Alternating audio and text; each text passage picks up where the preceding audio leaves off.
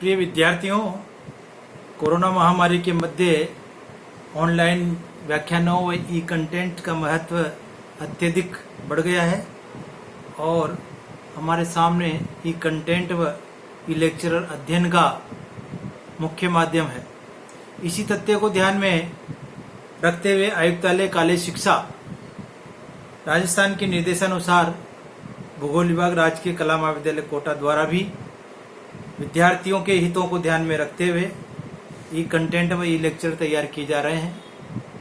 मैं doctor H N Kohli, associate professor भूगोल विभाग राजकीय कला महाविद्यालय कोटा, आज बीए पार्ट सेकेंड भूगोल के प्रथम प्रश्न पत्र मानव एवं आर्थिक भूगोल के लिए ये व्याख्यान प्रस्तुत कर रहा हूँ। आज का हमारा टॉपिक है मानव भूगोल के आधारभूत सिद्धांत। देखिए, मानव भूगोल के अध्ययन का केंद्र बिंदु स्वयं मानव है, जो एक सक्रिय भौगोलिक कारक है। मानव विभिन्न प्राकृतिक तत्वों से प्रभावित होता है तथा स्वयं उन्हें प्रभावित भी करता है। मनुष्य अपनी आपसी क्रियाओं द्वारा वातावरण के कारकों के साथ समायोजन करता है। इस प्रकार विभिन्न तत्वों के आपसी संबंध एवं समायोजन के माध्यम के अध्ययन के लिए मानव भूगोल के 3 महत्वपूर्ण सिद्धांत हैं। पहला है क्रियाशीलता का सिद्धांत, दूसरा है पार्थिव एकता का सिद्धांत और तीसरा है वातावरण समायोजन का सिद्धांत। तो हम चर्चा करते हैं पहले आधारभूत सिद्धांत के ऊपर, क्रियाशीलता का सिद्धांत या परिवर्तन का सिद्धांत। देखिए, पृथ्वी पर जितने भी सांस्कृतिक वातावरण जो हम देख रहे हैं वो सभी तथ्य परिवर्तनशील है। प्रत्येक कारक में क्षण प्रतिक्षण कुछ न कुछ अंतर या परिवर्तन होता रहता है। पृथ्वी पर जिस पर हम रह रहे हैं स्वयं गतिशील है तथा पर्यावरण के सभी कारक गतिशील एवं परिवर्तनशील है, अर्थात परिवर्तन प्रकृति का नियम है। यानी हम इस पृथ्वी के धरातल पर देख रहे हैं जितने भी भूदृश्य, चाहे वो भौतिक हो चाहे मानवीय हो, उन सब में निरंतर परिवर्तन होता रहता है। इसीलिए कहा गया है कि परिवर्तन प्रकृति का नियम है। तो प्रकृति के परिवर्तन के लिए अनेक कारक उत्तरदायी हैं, हम उन पर चर्चा करेंगे। जैसे पहला है भौतिक शक्तियाँ। पृथ्वी पर जितने भी जो परिवर्तन होते हैं उनके लिए मुख्य रूप से भौतिक शक्तियाँ उत्तरदायी होती है। भौतिक शक्तियों में जैसे हम लें पृथ्वी के गृह संबंध, यानी जो हमारी पृथ्वी सौर मंडल का एक सदस्य है वो अन्य ग्रहों से अपना संबंध रखती है। जैसे हम देखते हैं कि पृथ्वी पर घटित होने वाली जो घटनाएं हैं वो उन ग्रही संबंधों का एक परिणाम होता है। जैसे ज्वार भाटा लें या जैसे जलवायु परिवर्तन लें या मौसमी गतिविधियां लें, उन सब में हमारे पृथ्वी के जो अन्य ग्रहों से संबंध है वो सब उस पर कार्य करते हैं। इसी तरह से दूसरा, जैसे पृथ्वी की आंतरिक शक्तियाँ, जैसे एक तो शक्ति होती है बाह्य शक्ति जो हमें दिखाई देती है, जैसे कोई भी परिवर्तन होता है पृथ्वी पर, तो एक होती है आंतरिक शक्ति, यानी अंतर्जात बल द्वारा जो पृथ्वी के भूदृश्यों में जो परिवर्तन होता है वो इस पर कार्य करता है। ये भौतिक शक्तियों के अंतर्गत आता है। तीसरा हम लें सौर शक्ति, यानी सूर्य द्वारा जो ताप है या सूर्य द्वारा जो जितना भी पृथ्वी पर प्रत्यक्ष या अप्रत्यक्ष रूप से जो हम यहाँ के भूदृश्यों को प्रभावित करने का कार्य किया जाता है वो इस सौर शक्ति के अंतर्गत आता है। और चौथा गुरुत्वाकर्षण शक्ति, पृथ्वी की जो अपनी गुरुत्वाकर्षण शक्ति है, इस कारण से बहुत से मतलब तथ्य परिवर्तनशील होते हैं। तो इस प्रकार से जो परिवर्तन हो रहा है पृथ्वी के ऊपर, उसमें भौतिक शक्तियों का महत्वपूर्ण योगदान है। दूसरी जैसे शक्तियाँ हैं जैविक शक्तियाँ। जैविक शक्तियों में मतलब मानव के अतिरिक्त जो अन्य पशु पक्षी है या जो अन्य प्राणी है वो भी जो मतलब से पृथ्वी पर जो पाए जाने वाले भूदृश्य उनमें परिवर्तन की क्षमता रखते हैं।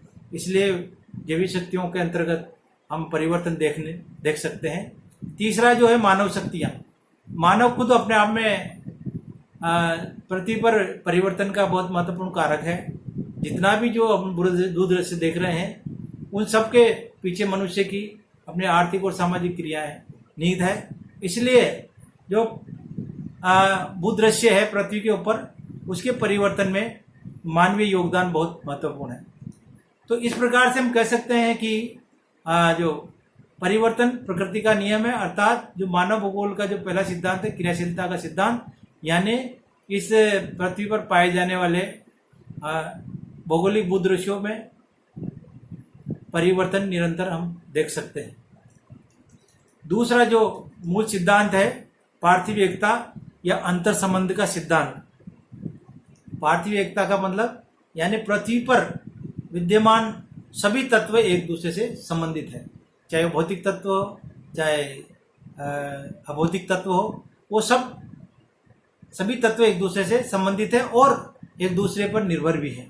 भूगोल के तथ्यों का विकास किसी न किसी कारक के अंतर संबंध का ही परिणाम है। हम जो भूदृश्य देख रहे हैं वो निश्चित रूप से उन आपसी जो भौगोलिक तत्व है या जैसे प्राकृतिक या सांस्कृतिक जितने भी जो तत्व हैं उन सबके आपसी अंतर संबंध का परिणाम ये भौगोलिक दृश्य है। जर्मन मानव भूगोलवेत्ता फ्रेडरिक रेडजेल ने अपनी पुस्तक एंथ्रोपोजोलॉजी में आर्थिक एकता के सिद्धांत पर ही सर्वाधिक बल दिया था। उनके अनुसार मानव भूगोल के दृश्य पार्थिव एकता से संबंधित हैं और केवल उसी के द्वारा समझाए जा सकते हैं। प्रत्येक स्थान पर भौगोलिक दृश्य वहां के वातावरण से संबंधित है और वातावरण स्वयं भौतिक दशाओं का एक योग है। इसी प्रकार रेडजेल की शिष्या कुमार श्यामपुर ने अपनी पुस्तक में पार्थिव एकता सिद्धांत को महत्वपूर्ण स्थान दिया है। उनके अनुसार मानव के विभिन्न क्रियाकलापों का अध्ययन भौगोलिक रूप में उस पृथ्वी के बिना नहीं किया जा सकता जिस पर खेती करता है, यात्राएं करता तथा सामुद्रिक व्यापार करता। यानी कहने का मतलब ये कि मनुष्य जितने भी क्रियाकलाप करता है वो भौगोलिक या भौतिक तत्वों के बिना नहीं कर सकता, यानी उसमें हम अंतर संबंध देख सकते हैं। इसी प्रकार से वान बम्बोल्ट ने अपनी पुस्तक कॉस्मोस में पार्थिव एकता के सिद्धांत को स्पष्ट किया है। इसी प्रकार विडाल डिला ब्लास ने भी मनुष्य एवं प्रकृति के बीच अंतर संबंधों को स्पष्ट किया है। तो हम देख सकते हैं विभिन्न विद्वानों के विचारों के अनुसार और ये प्रकृति के बीच जो मनुष्य का अंतर संबंध पाया जाता है उसी के तहत जो जितना भी हम देख रहे हैं वो सारा का सारा विकास निहित है। तीसरा जो महत्वपूर्ण तत्व है या सिद्धांत है वातावरण समायोजन का सिद्धांत, यानी वातावरण की विविधताओं एवं विषमताओं के परिणाम स्वरूप एक क्षेत्र के मनुष्य जब दूसरे क्षेत्र या प्रदेश में जाते हैं तो धीरे धीरे वहाँ के वातावरण के अनुसार अपने को बदलने की कोशिश करते हैं। यही वातावरण समायोजन का सिद्धांत है। मतलब जैसे मनुष्य में वो कैपेसिटी है कि वो जिस वातावरण में रहता है उसी के अनुसार अपने आप को ढाल लेता है। जैसे माइग्रेट होकर कहीं अन्यत्र जाएगा तो वहाँ के वातावरण के अनुसार अपने आप को ढाल लेगा। जो वहाँ की जलवायु है, जो वहाँ का जैसे भूमि है, वहाँ के वन है, वहाँ के जो प्राकृतिक तत्व है उसके अनुसार अपने आप को समायोजित कर लेता है। तो इस प्रकार जैसे जो वातावरण समायोजन है दो क्रियाओं का अनुसरण करता है। पहला है अनुकूलन और दूसरा है रूपांतरण या परिवर्तन। तो वातावरण समायोजन के अनुकूलन में हम देखते हैं कि आंतरिक अनुकूलन होता है और एक बाह्य अनुकूलन होता है। इसी तरह से आंतरिक अनुकूलन में भी ऐच्छिक होता है और एक प्राकृतिक होता है। एक तो ये अपनी इच्छा के अनुसार हम जैसा चाहते हैं वैसा उसमें परिवर्तन कर लेते हैं, और दूसरा है कि हमारी इच्छा नहीं चलती फिर प्रकृति के अनुसार हमें समायोजन करना पड़ता है। इसी तरह से परिवर्तन जो है प्राकृतिक वातावरण में भी परिवर्तन होता है और सांस्कृतिक वातावरण में भी परिवर्तन होता है। यानी मनुष्य प्राकृतिक तत्वों के अंतर संबंध से जो समायोजन करता है वो प्राकृतिक वातावरण या प्राकृतिक वातावरण समायोजन कहलाता है, और दूसरा जो सांस्कृतिक वातावरण में परिवर्तन करके जो समायोजन करता है वो सांस्कृतिक वातावरण में परिवर्तन कहलाता है। तो इस प्रकार से मनुष्य दोनों ही तत्वों से अंतर संबंधित होकर और उसमें वातावरण में अपने आप को ढालने का प्रयास करता है और उसके अनुकूल ढल भी जाता है। ऐसा नहीं कि मतलब से वो प्रकृति को पूर्णतया परिवर्तन कर पाता है, तो प्रकृति के अनुसार अपने आप को ढाल लेता है और उसी के अनुसार एक जो भूदृश्य निर्मित करता है, अपनी आर्थिक गतिविधियां उसी अनुसार करता है।